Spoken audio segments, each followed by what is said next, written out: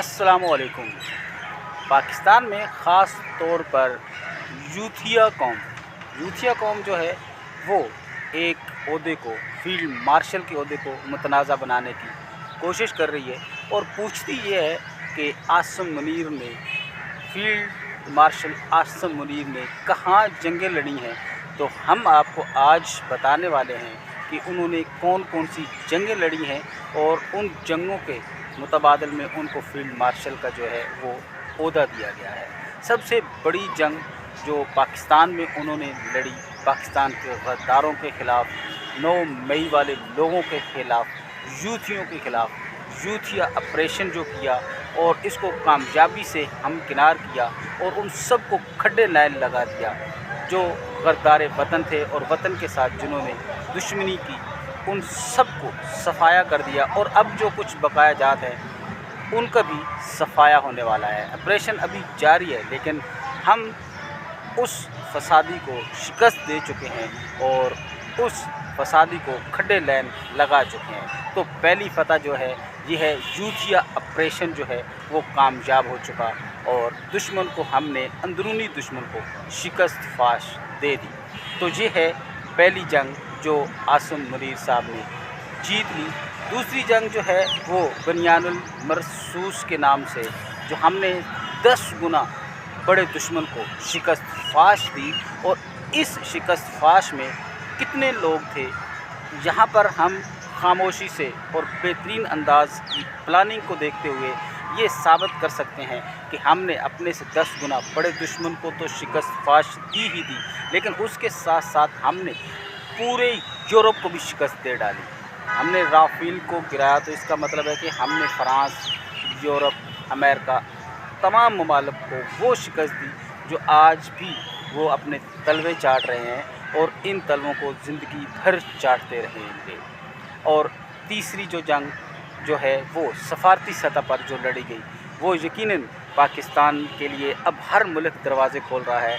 और आलमी लेवल पर अगर देखा जाए तो हर मुल्क ही है पाकिस्तान की तरफ खींचा चला आ रहा है। इस तरह खींचा चला आ रहा है जैसे पाकिस्तान एक मकनातीस है और इस मकनातीस की तरफ तो दुनिया के तमाम जो है ममालिक धड़ाधड़ आ रहे हैं और पाकिस्तान का नाम पूरी दुनिया में रोशन करने वाले और पाकिस्तान को सफारती सतह पर इतना कामयाब और बेहतरीन बनाने वाले और बेहतरीन हिकमत अमली से पाकिस्तान को दुनिया पर फतह दिलाने वाले कौन है? आसिम मुनीर साहब। तो 3 जंगें उन्होंने भरपूर अंदाज में लड़ी, जीती और दुश्मन को शिकस्त फाश दी, जो क़यामत तक दुश्मन अपनी इस शिकस्त को हमेशा याद भी रखेगा और चाटता भी रहेगा। तो यूथियो, अब तुमने सुन लिया कि आसिम मुनीर को फील्ड मार्शल का ओहदा क्यों दिया गया है। तो ये 3 जंगें हैं जो उन्होंने बड़े बेहतरीन अंदाज में प्लानिंग के साथ जीत ली। और सबसे बड़ी बात यह है कि वो हमारी पाक आर्मी के चीफ़ ऑफ आर्मी स्टाफ, पहले army chief of army staff हैं जिन्होंने 3 जंगें जीती और फील्ड मार्शल का जो है वो ओहदा हासिल किया। अब वो सारी ज़िंदगी यूथियों को शिकस्त दर शिकस्त देते रहेंगे और पाकिस्तान को कामयाबी की तरफ लेके जाते रहेंगे।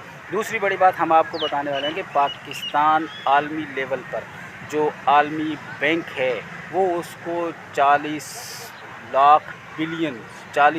बिलियन डॉलर देने को तैयार है। देख लें पाकिस्तान की अपनी सफारतकारी के नताइज देखें कि वो बैंक जो पाकिस्तान को 2 मिलियन 3 मिलियन देने को तैयार नहीं होते थे, आज 40 बिलियन डॉलर्स की जो है इन्वेस्टमेंट करने को तैयार हैं।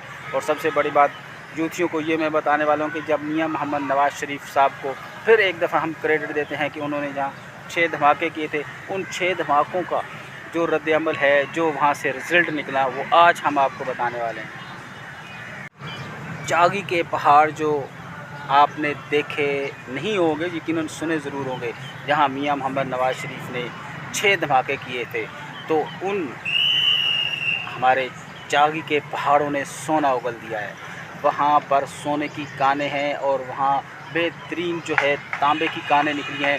और अब पाकिस्तान ये जो मादनियात है ख़ुद यूज़ करेगा और हर पाकिस्तानी को वो बुनियादी सहूलतें मिलेंगी जिसकी वो ख्वाहिश रखता है। इंशाल्लाह आने वाले 6 मंथ या 1 ईयर इंशाल्लाह पाकिस्तान की कामयाबियों और कामरानियों का साल है और जूथियों को शिकस्त फाश देने का बिल्कुल 100% ये काम हम जारी और सारी रखें।